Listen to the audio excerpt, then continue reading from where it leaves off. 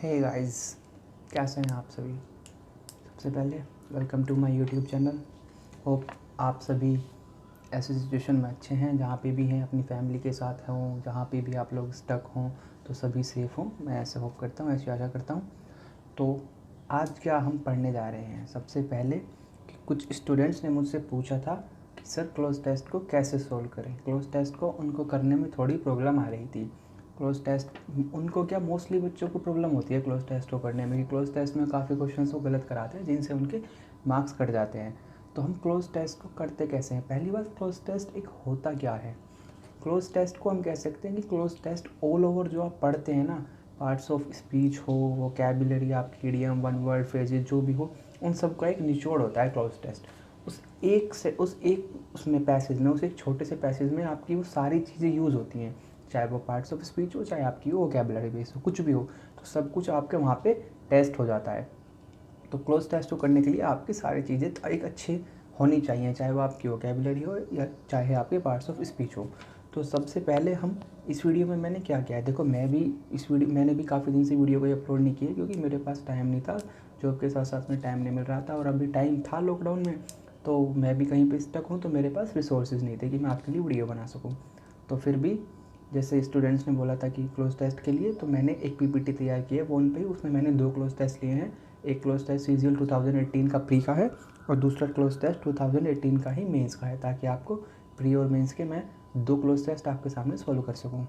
तो सबसे पहले हम क्लोज टेस्ट को करते कैसे हैं।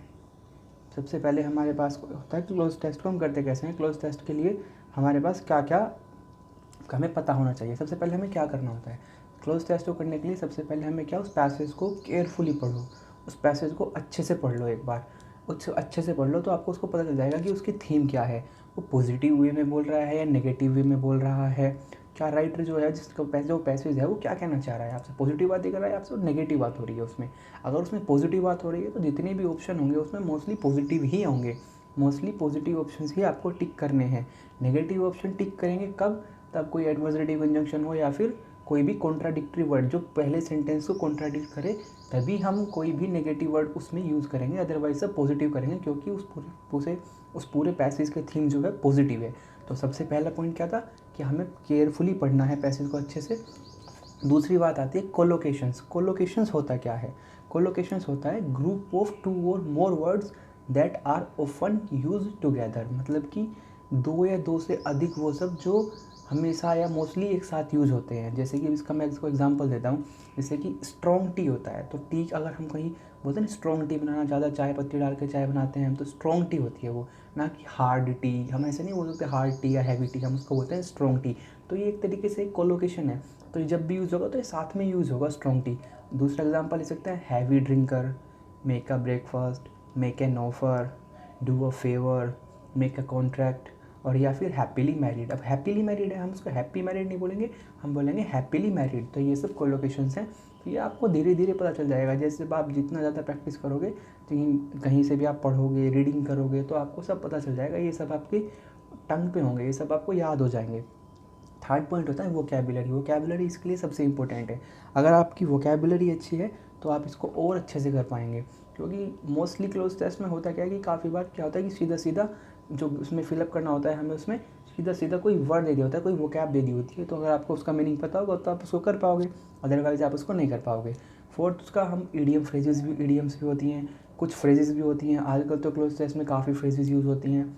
फिर 5वें नंबर पे हम बोल सकते हैं कि प्रीपोजिशन बहुत ही एक इसका बोल सकते हैं की पॉइंट है इसको करने का। कई बार क्या होता है ना कि ये तो मैं आपको वैसे तो लाइव बता दूंगा, अगर लाइव ही समझा दूंगा इसको, लेकिन प्रीपोजिशन का मैं आपको एक ऐसे एग्जांपल देता हूँ। सपोज करो किसी सेंटेंस में हमें कोई गैप दिया हुआ है फिल करने के लिए क्लोज टेस्ट में, और उसके बाद में इन है उसके बाद में, तो अब हम बोल, और ऑप्शंस में क्या क्या है, फुल है, रिप्लीट है, एबंडेंट है। तो अब हमें पता होना चाहिए, अगर हमें पता होगा ना कि कौन से के साथ क्या प्रीपोजिशन आती है, तो हम उसको तुरंत लगा लेंगे। जैसे फुल के साथ ऑफ आता है, रिप्लीट के साथ विद आता है, तो ये दोनों तो आने से रहे, तो बचा एबंडेंट इन, तो वही आएगा। तो अगर हमें प्रीपोजिशन की नॉलेज होती है कि कौन से वर्ड के साथ क्या आ रहा है, तो हम क्या करते हैं कि हम ऑप्शन के जो वहाँ पे हमारा गैप है उसके जस्ट आगे देखते कौन सी प्रीपोजिशन यूज़ हो रही है, और उस प्रीपोजिशन जो यूज़ हो रही है वो ऑप्शन में किस वर्ड के साथ आती है, तो उस वर्ड को हम टिक कर देते तो हमारा सही हो जाता। तो ये भी एक अच्छा तरीका है करने का। छठा कंजंक्शन भी काफ़ी, जैसे मैंने आपको स्टार्टिंग में बताया कि अगर पॉजिटिव बातें हो रही हैं तो पॉजिटिव ही होंगी। अगर बीच में कहीं, अगर गैप के आगे कहीं पे भी या गैप से पहले नेगेटिव वर्ड आता है कोई, या फिर उसको कॉन्ट्राडिक्ट करने वाला वर्ड आता है जो कॉन्ट्राडिक्ट करे उसको, तो ही नेगेटिव वर्ड आएगा, अदरवाइज हम पॉजिटिव ही लेंगे। फिर जो बाकी पार्ट्स ऑफ स्पीच बचे हुए हैं वो सब, तो मेनली वही दोबारा रिपीट करते हैं। पहले पैसेज को अच्छे से पढ़ो, कोलोकेशन देखो, वोकैब आपके अच्छे होने चाहिए, इडियम्स फ्रेजेस, प्रेपोजिशन स्पेशली ध्यान रखना है, प्रेपोजिशन का और आर्टिकल्स का, और कंजंक्शन का एंड पार्ट्स ऑफ स्पीच का। तो अब हम बढ़ते हैं अपने पहले पैसेज, पहले क्लोज टेस्ट की तरफ। ये CGL 2018 का है, एग्जैक्टली मुझे याद नहीं है कौन सा है, पहला या दूसरा ही सेट होगा जहाँ तक है। तो इसको पढ़ते हैं, देखो।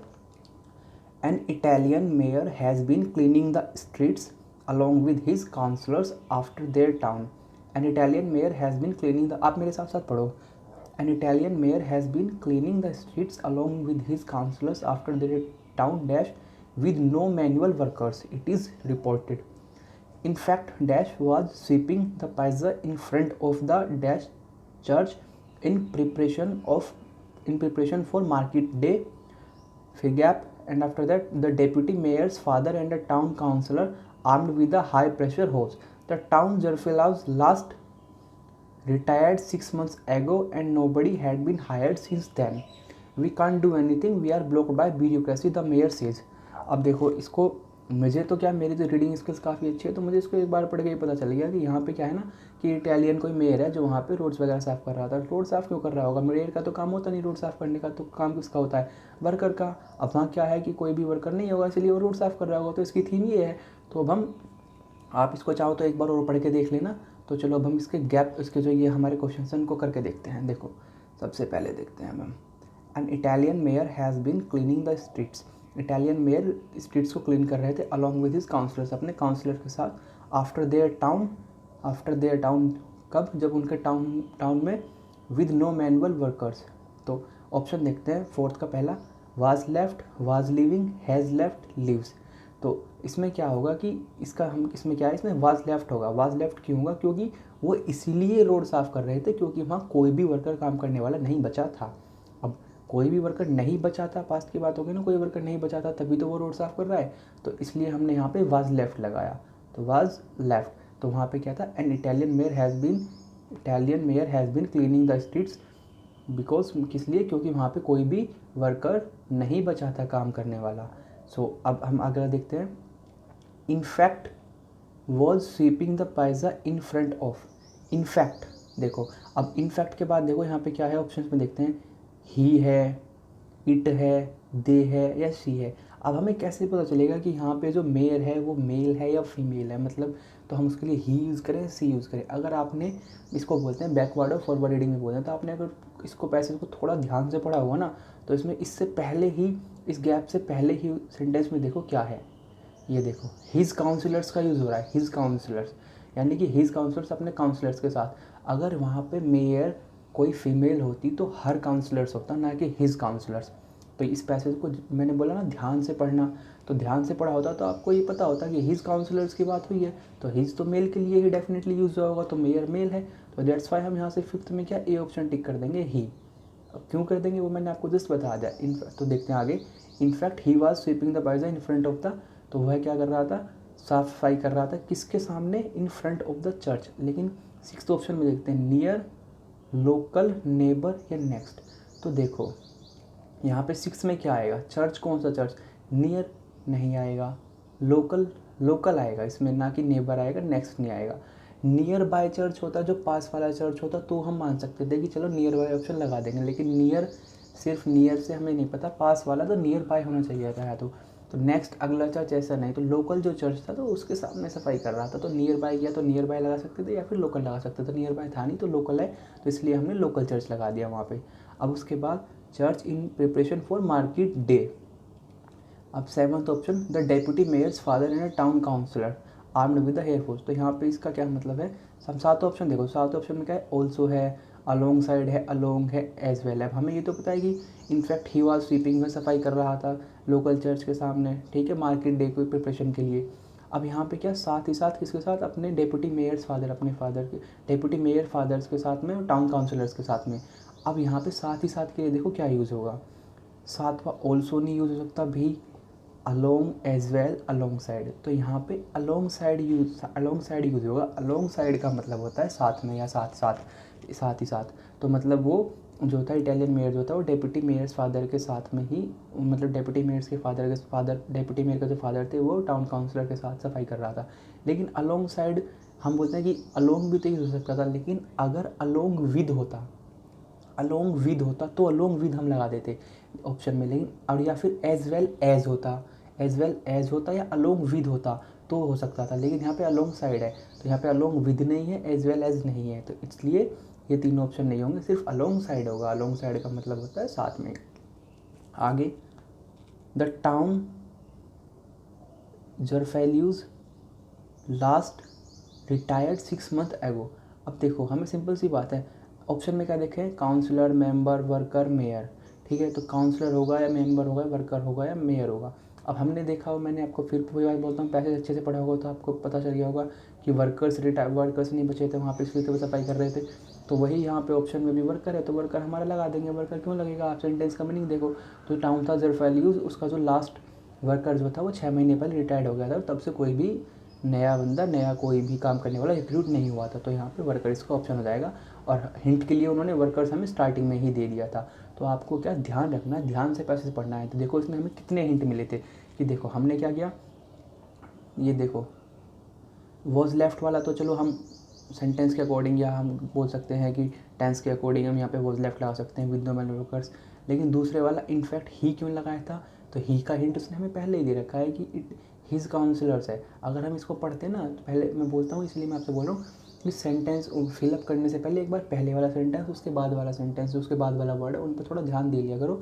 उन पर ध्यान दोगे तो आपका वो थोड़ा सा और ईजी हो जाएगा करने के लिए। तो अगर आपने ध्यान दिया होता कि हिज काउंसलर था तो आप समझ जाते कि वो मेल है, इसलिए वहाँ पे क्या ही यूज़ होगा। और दूसरा अलोंग साइड का मैंने आपको बताया कि अलोंग साइड क्यों यूज़ होगा, क्योंकि एज वेल एज होता तो यूज़ हो सकता था, या फिर अलोंग विद होता, लेकिन ये थे नहीं, तो इसलिए अलोंग साइड मतलब साथ ही साथ यूज़ हुआ। नियर और लोकल का मैंने बताया, नियर क्यों नहीं हो सकता, लोकल क्यों हो सकता है।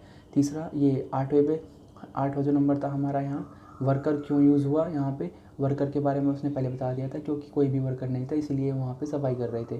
तो ये भी आपने इस पैसेज में देख, सारे आंसर इसमें ही हैं, सब कुछ इसी में ही है। बस मेन चीज़ क्या है कि इसको पहले ध्यान से पढ़ना है, अच्छे से इसको पढ़ना है। एक बार अच्छे से पढ़ दो, फिर करते टाइम सेंटेंस फिलअप करते टाइम एक बार पहला सेंटेंस पे ध्यान दो थोड़ा, फिर उसके बाद दूसरे सेंटेंस पे ध्यान दो। तो कभी कभी क्या ना टेंस से रिलेटेड भी हो जाता है, आप जो उसके बाद वाला सेंटेंस है उस पर ध्यान देके हम टेंस की हमारे अगर हम जो गलती कर दें उसको करने से बच जाएंगे। तो ये तो हुआ हमारा 2018 का। अब उसके बाद हम आगे बढ़ते हैं 2018 के मेंस की तरफ, जो मेंस में आया हुआ था। चलो बिना किसी टाइम वेस्ट करते हुए चलो बढ़ते हैं आगे।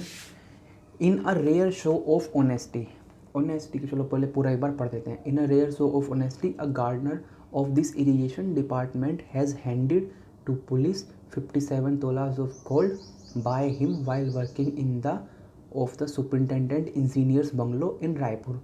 The dash in turn has handed over the dash to Central Excise and Customs Department dash investigation. It was in this June this year dash Ramdayal found a tiny plastic box meticulously dash with polythene buried 6 inches dash under a banyan tree while digging the garden. He dashed the box and took it to his house behind the bungalow and was dazzled to find that it contained biscuits, bangles and coins all of gold. तो इसको एक बार पढ़ने से क्या पता चला हमें, अगर आपको एक बार पढ़ने में नहीं पता चला हो तो एक बार दोबारा पढ़ लेना आप इसको पॉज करके। तो देखो इसमें क्या पता चला कि उसमें क्या है ना कि गार्डनर था इरीगेशन डिपार्टमेंट का, तो वो जो वहाँ पे सफाई आपने कुछ काट वाट रहा होगा, जो भी कर रहा होगा, तो उसमें ना उसे वहाँ पे क्या मिला ना 57 तोला गोल्ड मिला। 57 तोला गोल्ड, 50 तोला गोल्ड नहीं मिला। 50 तोले वाली बात कही भाई साहब, 57 तोले की बात होती है। तो 57 तोला गोल्ड मिला, जो कि उसने पुलिस को हैंड ओवर कर दिया होगा, जो बाद में एक्साइज की कस्टम्स डिपार्टमेंट के पास गया किस लिए, इन्वेस्टिगेशन के लिए। तो क्या रामदयाल को भी एक प्लास्टिक का बॉक्स मिला था जो कि 6 इंच, ब्राइट 6 इंच, तो यहाँ पे ब्राइट 6 इंच, तो यहाँ पे सिंपल सी बात है डीप ही हुआ होगा 10th ऑप्शन में। तो अंडर अ बैनियन ट्री के लिए जब वो खोद रहा था तो he took the box and took it to his house behind the bungalow and was dazzled। तो क्या आपने उसके घर ले गया होगा, डेजर्ट चकाचौंध हो गया होगा, एकदम शौक हो गया होगा देख के कि उसमें तो बहुत सारा सोना था। तो अब चलो हम इसको करते हैं सॉल्व। देखो, in a rare show of honesty, rare show क्यों? क्योंकि आजकल लोगों से ईमानदारी की एक्सपेक्टेशन ही नहीं होती, आजकल लोग ईमानदार कम हो गए हैं, तो इसलिए इसमें यूज़ किया है in a rare show of honesty. A gardener of the irrigation department, gardener जो था इरीगेशन डिपार्टमेंट का, has handed to the police 57 tola of gold. Option देखते हैं, पहले ऑप्शन में क्या है, हैंडेड। तो ऑप्शन में इसका क्या मीनिंग है सेंटेंस का, कि उसने क्या हुआ ना 57 तोला गोल्ड उसने पुलिस को हैंड ओवर कर दिए थे। तो हैंड था तो ओवर यूज़ होगा, हम सिंपल से ऑप्शन में देख के ओवर टिक कर देते हैं। अगर हमें पता होता कि हैंड ओवर का जो मतलब होता है वो किसी चीज़ को किसी के हवाले कर देना होता है, तो अगर हमें पता होता तो हम सीधा हैंड ओवर पे टिक कर देते बिना अपना टाइम वेस्ट किए और सीधा लगा देते। वैसे और भी मीनिंग आपको पता हो तो अच्छी बात है, हैंड आउट वितरित कर देना, ऐसे आपको पता होता है बहुत अच्छी बात है। तो लेकिन हैंड ओवर तो एक बहुत ही एक कॉमन वर्ड है, मोस्टली यूज़ होता है, तो इसलिए हैंड ओवर का मीनिंग तो पता ही होना चाहिए था। अगर पता होता तो आप इसको तुरंत एकदम लगा देते और आगे बढ़ जाते कि जो वहाँ पे गार्डनर था इरिगेशन डिपार्टमेंट का, उसने पुलिस को जो था 57 तोला गोल्ड क्या किया, हैंड ओवर कर दिया। Y 57 tola of gold. अब ये क्या है, by him dash by him. अब सिंपल सी चीज़ है कि अगर वहाँ पे उसको मिला होगा तो उसने रिकवर्ड किया होगा, उसको पाया होगा वहाँ पे, तभी उसने, तो सेंटेंस पास्ट का है तो यहाँ पे क्या होगा, इसलिए हमने यहाँ पे रिकवर्ड यूज़ किया, ना कि रिकवर से या रिकवरिंग, क्योंकि हम सेंटेंस में यूज़ कर रहे हैं ना कि उसको पाया था, उसने पुलिस को हैंड ओवर कर दिया था, तो इसलिए हमने रिकवर्ड यूज़ किया है, रिकवर से रिकवरिंग यूज़ नहीं किया है। ठीक है, नेक्स्ट सेंटेंस, वाइल वर्किंग, जब वो काम कर रहा था, in the dash of the superintendent engineers bungalow. अब फोर्थ ऑप्शन के लिए ना आपको देखो, फोर्थ ऑप्शन के ऑप्शन में देखते देखो, फोर्थ ऑप्शन में क्या है, गार्डन है और ऑर्चार्ड है, पार्क है, फील्ड है, तो वो कहाँ काम कर रहा था जब उसे उस टाइम सुपरिटेंडेंट इंजीनियर्स बंगलो में कहाँ पे काम कर रहा था जब उसने 57 तोला गोल्ड रिकवर किया। तो आपने अगर देखा हो इसको, पैसेज को ढंग से पढ़ा होता तो आपको ये देखो यहाँ पे गार्डन की बात हो रही है कि गार्डन था, अगर आपने पढ़ा होता ना कि गार्डन की बात है, आपको अच्छे से याद होता है, आपने पढ़ा होता पैसेज को केयरफुली, तो आप सीधा गार्डन पे टिक करते कि भाई वो गार्डन में काम कर रहा होगा, जब उसे मिला हो तो गार्डन पे आप टिक करके आगे बढ़ जाते। ठीक है, यहाँ पे फोर्थ ऑप्शन में गार्डन। तो fifth option, the intern has handed over the two the, देखो द, अब देखो पांचवा ऑप्शन, देखो पांचवा ऑप्शन में इंजीनियर है, गार्डनर है, कस्टम ऑफिसर है, पुलिस है, ये थोड़ा सा कंफ्यूजिंग पार्ट है। यहाँ पे क्या बहुत से लोग बोलेंगे कि इंजीनियर ने या उसने भी, गार्डनर ने वो उसको हवाले कर दिया कस्टम के हवाले, उसने नहीं किया। देखो, इंजीनियर ने नहीं किया, गार्डनर ने नहीं किया, क्यों नहीं किया, क्योंकि गार्डनर ने तो पुलिस के हवाले किया था। पुलिस का काम थोड़ी ना, जो भी गोल्ड वोल्ड का बात है तो उसने कस्टम के हवाले किया होगा, कस्टम के हवाले पुलिस ने किया होगा ना, ताकि वो उसकी इन्वेस्टिगेशन कर सके। तो पुलिस को तो गार्डनर ने हैंड ओवर कर दिया था, तो अब जिसको भी हैंड ओवर करेंगे पुलिस वाले करेंगे, तो इसलिए छठे का, इसका पांचवे का ऑप्शन का हमारा डी आंसर है पुलिस। देखो, the police in turn, police ने बदले में has handed over the, option क्या है, गोल्ड की बात हो रही है ना, गोल्ड ही तो है, कॉइन या बिस्किट की तो कोई बात ही नहीं है क्योंकि गोल्ड रिकवर्ड हुआ था। तो पुलिस ने क्या, गोल्ड को हैंड ओवर कर दिया। Police in turn has handed over the gold to the central excise and custom department investigation. किस लिए, इन्वेस्टिगेशन के लिए। तो अगर आपकी रीडिंग अच्छी होगी ना तो आपके टाइम पे तुरंत आ जाना चाहिए था कि फॉर इन्वेस्टिगेशन होगा। तो ऑप्शन में देखते हैं फॉर इन्वेस्टिगेशन। काफ़ी बार क्या होता है ना, ऑप्शन देखने की ज़रूरत भी नहीं पड़ती, आपको पता चल जाता है पढ़ते टाइम ही कि इसमें क्या ऑप्शन होगा। तो आई एम नॉट फेकिंग, आप देखना, आप जब ज़्यादा रीडिंग करेंगे, रीडिंग स्किल्स आपकी अच्छी हो जाएंगी ना, तो आप खुद ही उसको, आपको अंदाज़ा लगने लग जाएगा कि आप जब सेंटेंस पढ़ रहे होंगे तो पता चल जाएगा कि यहाँ पे क्या होना चाहिए था। तो इसलिए मैंने यहाँ पे फॉर इन्वेस्टिगेशन के लिए उन्होंने उसको हैंड ओवर कर दिया। अब एक सेंटेंस अगला, it was in June this year, तो ये इसी जून में था। तो यहाँ पे देखो एक option, after until that file. अब इसके बाद 8वें में ना, इसके बाद वाला सेंटेंस पढ़ते हैं पहले। It was in June this year, तो रामदयाल फाउंड टेनी बॉक्स। उसी जून में उस साल की बात थी कि रामदयाल को फाउंड हुआ होगा बॉक्स। तो यहाँ पे अगर हम ये नेक्स्ट सेंटेंस देखें कि इसी साल में जून की बात थी कि, तो की के लिए हम यहाँ पे इसलिए यहाँ पे दैट यूज़ होगा। आफ्टर नहीं कर सकते, अंटिल नहीं कर सकते, जबकि, जब तक कि नहीं, बाद में। तो it was in June this year that K Ramdayal found a tiny plastic box meticulously मतलब बिल्कुल एक अच्छे तरीके से उसको प्लास्टिक का बॉक्स मिला मेटिकुलसली विद पॉलीथीन। तो अब देखते हैं नोवा। तो यहाँ पे पॉलीथीन से कवर्ड था ना, पॉलीथीन से कोई चीज़ कवर्ड ही होगी, एनक्लोज तो नहीं है ना उसमें, कवर्ड होगी। तो कवर्ड किसी भी चीज़ को हम बोलते हैं कि अच्छे से कवर करके दे देते हैं, प्लास्टिक उसको पॉलीथीन से कवर करके दे देते हैं। जैसे कोई गिफ्ट वगैरह हो तो हम उसको अच्छे से कवर कर देते हैं, रैप कर देते हैं उसको, तो वो कवर्ड यूज़ होता है। तो 9th में कवर्ड यूज़ हुआ। तो उसको रामदयाल को एक प्लास्टिक का बॉक्स मिला, उसने उसको जो कि अच्छे से पॉलीथीन से कवर्ड था। ब्यूराइड 6 inches under a banyan tree. अगर आपकी वही रीडिंग स्किल अच्छी होती, आपको पता होता, तो तुरंत आपको रीडिंग स्किल अच्छी होती तो आप तुरंत लगा देते 6 इंचज़ डीप ही होगा ऑप्शन। अब तो हम ऑप्शन देखते हैं। तो ऑप्शन में देखो क्या है, डीप है, डीपन है, 9th के ऑप्शन डीपली है, 10th के डीपली है, डेप्थ है।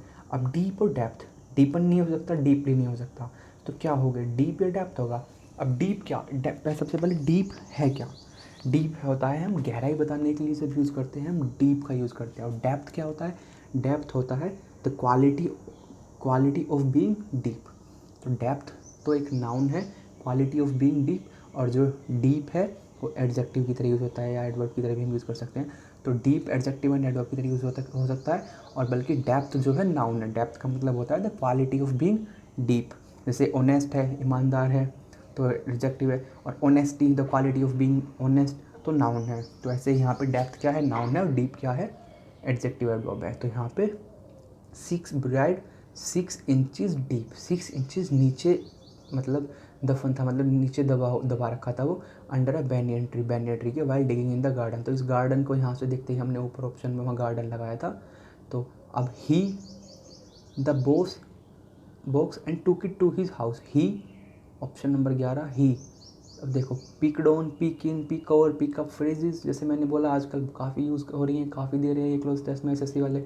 तो पिकअप अगर आपको पता होगी, पिकअप का क्या मतलब होता है, किसी चीज़ को ज़मीन से उठाना, तो आप उसको तुरंत इस ऑप्शन में लगाओगे कि उसने क्या किया होगा, बॉक्स को जो है पिकअप किया होगा ज़मीन से, उसने मतलब जो खोदा वहाँ पे खोद के 6 फीट, जो कि 6 फीट नीचे, 6 इंचज़ नीचे जो दबा हुआ था बॉक्स, उसने उसको ज़मीन से उठाया होगा, और उसको उठा के वो took it to his house behind the bungalow, अपने घर ले गया होगा।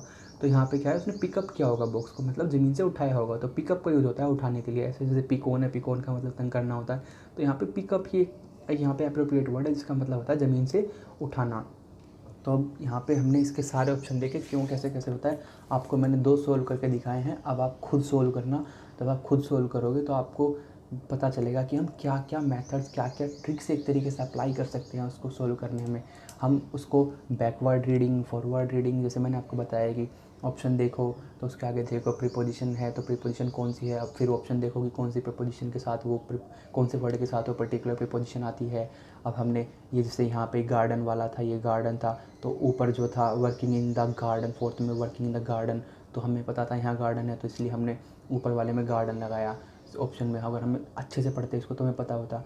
अब यहाँ पे डीप और डेप्थ में ऑप्शन नंबर 10th में, ये यहाँ पे डीप और डेप्थ में मैंने आपको बताया था, तो थोड़ी सी इस चीज़ की भी नॉलेज होनी ज़रूरी है, पार्ट्स ऑफ स्पीच की भी आपको नॉलेज होनी ज़रूरी है। दूसरा प्रेपोजिशन डिपार्टमेंट फॉर इन्वेस्टिगेशन के लेके गए थे, थोड़ा उस चीज़ की भी नॉलेज है होनी आपको ज़रूरी है। और दूसरा हैंड ओवर करना, और यहाँ पे पिकअप करना, तो आप ये फ्रेजेस भी आप पढ़ लेना, कहीं से प्रीवियस ईयर फ्रेजेस पढ़ लेना, एमबी में फ्रेजेस काफ़ी लिखी हुई हैं, आप उनको पढ़ लेना, वो भी आपके लिए काफ़ी होंगी। बाकी जो बचे हैं वो जब आप सेट करेंगे, मॉक टेस्ट करेंगे, तो आपको उससे क्लियर आउट हो जाएंगे। दूसरा, अब इस वाले में भी मैंने आपको सारा बताया था कि कहाँ से हम कैसे इसको सेंटेंस को एक दूसरे से कोरिलेट करते हैं। जैसे ये हिज काउंसलर से, जैसे यहाँ पे था ये हिज काउंसलर्स है, हिज काउंसलर्स के हमने रिलेट करके यहाँ पे ही लगाया था।